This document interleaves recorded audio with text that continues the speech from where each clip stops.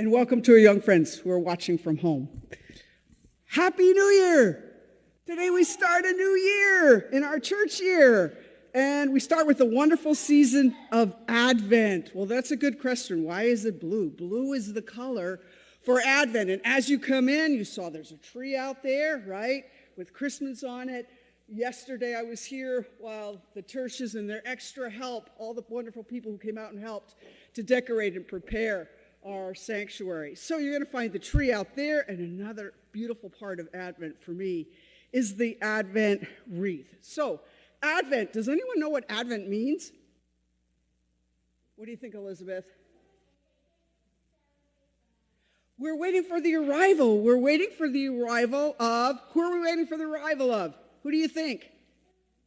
Jesus, right?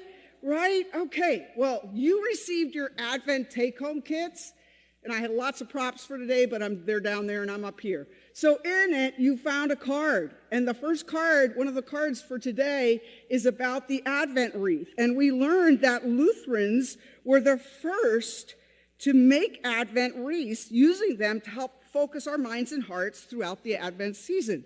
I used, and maybe Pastor, you can help me, I used Play-Doh and some birthday candles, the little ones. Start with the little one right there there we go, to make a little Advent wreath, and I'm going to send that home with you so you can do that.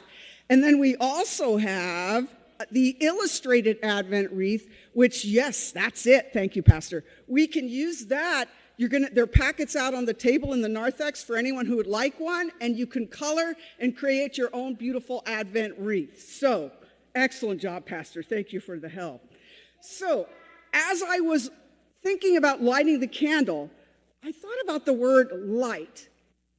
And I looked in the bulletin, and I looked for the word light, and I looked for the word darkness. And Elizabeth, you know how many times I found it? 21 times I found the words light and darkness. So I thought, that must be really, really important. And then I remembered this beautiful story that I have called God's Holy Darkness. So watch the screens, and I'll read this beautiful story to you. It's God's Holy Darkness. It's by Sherry Green and Becca Senlick, and illustrated by Nikki Fashion. Darkness and blackness and night are too often compared to lightness and whiteness and day, and found deficient. But let us name the beauty and goodness and holiness of darkness and blackness and night. God uses darkness and blackness and night to show love for the world. Creation began in the dark. In the beginning, darkness covered the face of the earth. That's from Genesis. God poured out love and brought all things into being. Creation is God's work done in holy darkness. When Abraham began to doubt God's promises, the Lord took him on a walk and pointed to the sky. Look toward the heaven and count the stars, if you're able to count them. So shall your descendants be. Later, Jacob wrestled all night with God and was changed forever. The beginning of the many nations and peoples of the Lord is the work of God's beautiful darkness. At midnight, the Lord passed over Egypt and set the people free. Samuel heard a small voice calling to him in the dark, and he became a mighty prophet. The temple was complete. King Solomon said, "The Lord has said he would dwell in thick darkness." The Spirit of God dwells in the holy darkness, where we're invited to be held in God's love.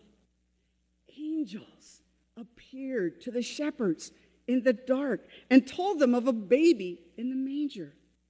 The disciples gathered with Jesus for the Holy Supper as the day turned to night. When Jesus died on the cross, the day went black from noon to 3. Creation began in holy darkness. And our new lives as free people in Christ began in the darkness of the sky that day. God saved all creation, and it was a work of God's beautiful, good, and holy darkness.